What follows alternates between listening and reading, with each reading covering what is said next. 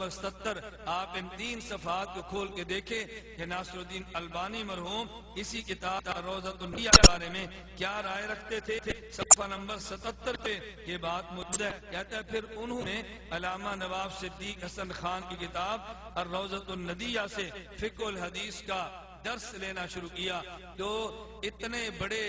عالم اور مسلک اہل حدیث کے اتنے جید عالم، ان کو اگر کسی ان نے اس عقیدے کو کتاب میں تاریخ کیا تو ان کو بارے میں تم وہی رائے قائم کرو گے جو تم نے علماء دیوبند کے بارے میں رائے قائم کی ہے، اور تم اس رائے کی بنیاد پہ علماء دیوبند کو گمراہ قرار دینے کی ایک ناپاک کوشش کی ہے۔ یہ کتاب صفحہ نمبر 92 کہتے ہیں اس میں مجالس اور آپ کے سفر کا تذکرہ کرتے ہوئے لکھتے ہیں شیخ رحمہ اللہ کی مجالس علمی فوائد سے معمور اور بے حد فیض رساں تھی۔ دمشق میں بے شمار طلبہ اور اہل علم نے آپ کے روبرو کتابوں کی قراءت کی۔ آپ ہفتے میں 2 وقت پڑھایا کرتے تھے اور ان میں بہت طالبان علم حاصل کرتے تھے۔ ان کتابوں میں سے چند کتابیں یہ ہیں: زاد المعاد از ابن القیم رحمہ اللہ، نخبۃ الفکر از حافظ ابن حجر اسقلانی رحمہ اللہ، الروضۃ الندیہ شرح الدرر البہیہ از نواب صدیق حسن خان رحمہ اللہ تعالی۔ اب یہ کتاب نواب صدیق حسن مرحوم کی ہے جس کی حاویت علامہ ناصر الدین البانی کیا اس قدر ہے، تو آپ اندازہ فرمائیں وہ کس قدر مسلک اہل حدیث کے جید اور نامور عالم دین ہوں گے۔ اسی کتاب کے صفحہ نمبر 100 پر یہ درج ہے الروضۃ الندیہ کا تذکرہ کرتے ہوئے کہ شیخ البانی رحمہ اللہ کی طلبہ کو نصیحت۔ ایک موقع پر شیخ البانی رحمہ اللہ نے اپنے شاگردوں کو نصیحت کرتے ہوئے فرمایا میں طول علم کا آغاز کرنے والے کو نصیحت کرتا ہوں کہ وہ شیخ سید سابق کی کتابیں الفقہ المیسر اور فقہ سنہ کا ضرور مطالعہ کرے۔ مزید برآں امام صنعانی کی سبل السلام اکثر کے مطالعے میں رہنی چاہیے۔ اگر وہ کتاب تمام المنہ بھی دیکھ لے تو اس کے لیے بہتر ہوگا۔ میں اسے روضۃ الندیہ از شیخ ابو طیب صدیق حسن خان کے مطالعے کا بھی مشورہ دیتا ہوں۔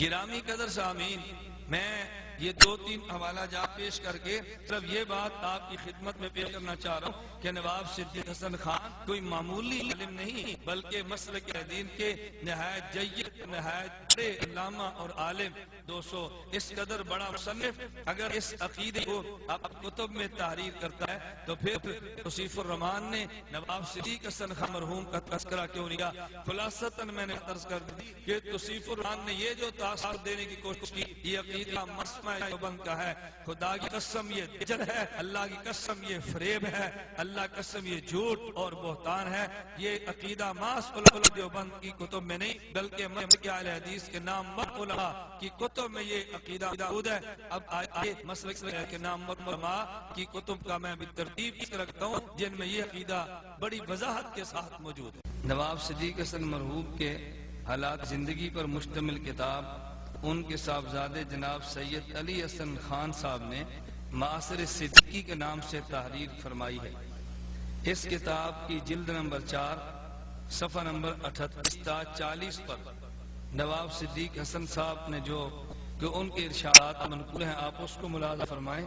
اور اس کے بعد فیصلہ یہ کریں کہ یہ مسئلہ عادت الوجود کا جس کو کفریہ اور شرکیہ عقیدہ کہہ کر توصیف الرحمان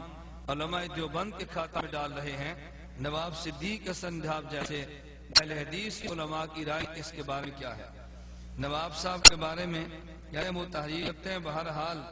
اس مسئلہ عبادت الوجود کا دار و مدار حضرات صوفیاء کے کشف و شہود پر ہے اور علماء اور صوفی نے اس کے متعلق بہت سی کتابیں اور رسائل کے ہیں، مثلاً طبقہ قادریہ میں شیخ محی الدین ابن عربی وغیرہ، آگے ایک علماء کی لمبی فہرست ہے جن نے اس مسئلے پر کتب تحریر کی ہے۔ آگے لکھتے ہیں ہم چونکہ ان اختلافات کے بعد پیدا ہوئے ہیں اس لیے ہم کو طرفین میں کسی ایک کی طرف جذباً ملان نہیں ہو سکتا۔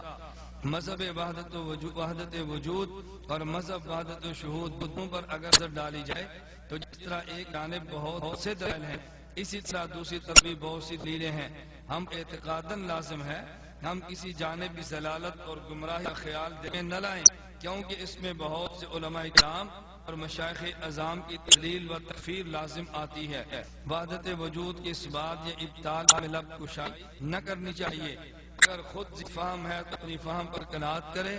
اور اگر وہ نہیں جانتا تو ان اقوال کو ان کے قائلین پر چھوڑ دے۔ فَأَنَّ هَذَا صِرَاطِي مُسْتَقِيمًا فَاتَّبِعُوهُ وَلَا تَتَّبِعُوا السُّبُلَ فَتَفَرَّقَ بِكُمْ عَنْ سَبِيلِهِ ذَلِكُمْ وَصَّاكُمْ بِهِ لَعَلَّكُمْ تَتَّقُونَ۔ نہیں جانتے ہم وجود و شہود،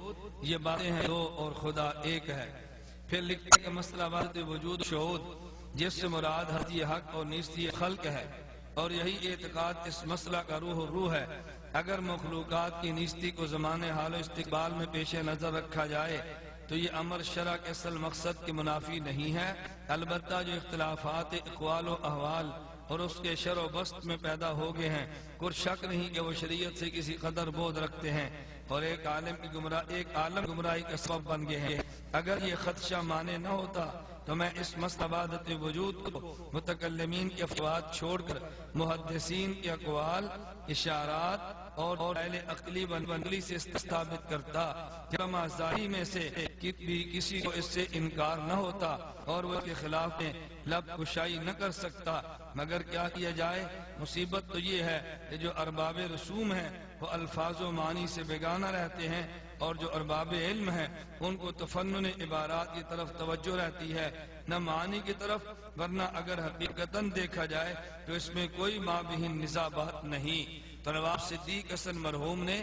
کس قدر مسئلہ وحدت الوجود کی صفائی بیان کرتے ہوئے قائلین وحدت الوجود کا کس قدر دفاع کیا ہے۔ اب ایک رائے نواب صدیق حسن مرحوم کی ہے اور ایک اس کے مقابلے میں رائے توصیف الرحمان جیسے آپ کے جاہل، ان پڑھ اور خائن آدمی کی ہے۔ تو فیصلہ آپ فرمائیں کہ آپ نواب صدیق حسن مرحوم کی بات کو ترجیح دیں گے یا آپ توصیف الرحمان کی بات کو ترجیح دیں گے؟ اور توصیف الرحمان نے جو وحدت الوجود کے عنوان پر فتوے لگائے ہیں، ان فتووں سے کیا نواب صدیق حسن مرحوم بچ سکیں گے؟ پھر یہی نواب صدیق حسن خان مرحوم جناب ابن عربی کے بارے میں کہ جو وحدت الوجود کے عقیدے کے بانی شمار کیے جاتے ہیں، مسئلہ وحدت الوجود کے بانی وہی تصور کیے جاتے ہیں، انہیں ابن عربی کے بارے میں علماء کی اگر مختلف آراء سامنے آئی ہیں تو نواب صدیق حسن اپنی کتاب التاج المکلل کے صفحہ نمبر 175 پہ اپنے محققین کا مذہب اور مسلک، اپنے محققین کی رائے نقل کرتے ہوئے ان الفاظ میں تحریر فرما رہے ہیں، کہتے ہیں قلت والمذہب الراجح فیہ علی ما ذهب الیہ العلماء المحققون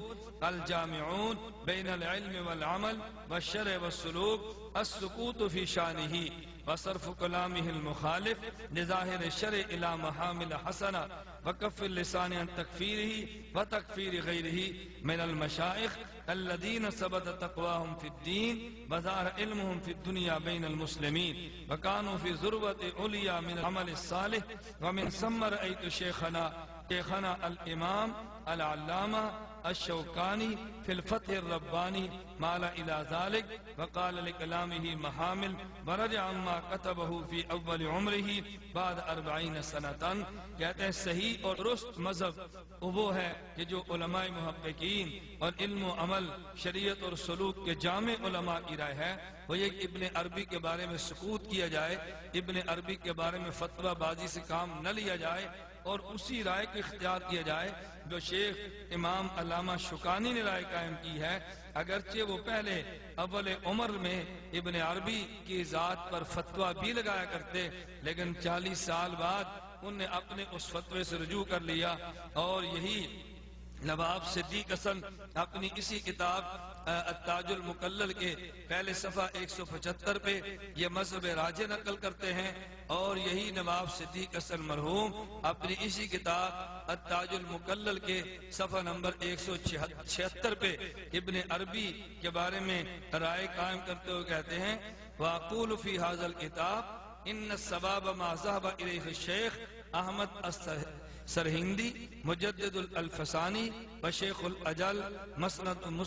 مسند الوقت احمد ولی اللہ المحدث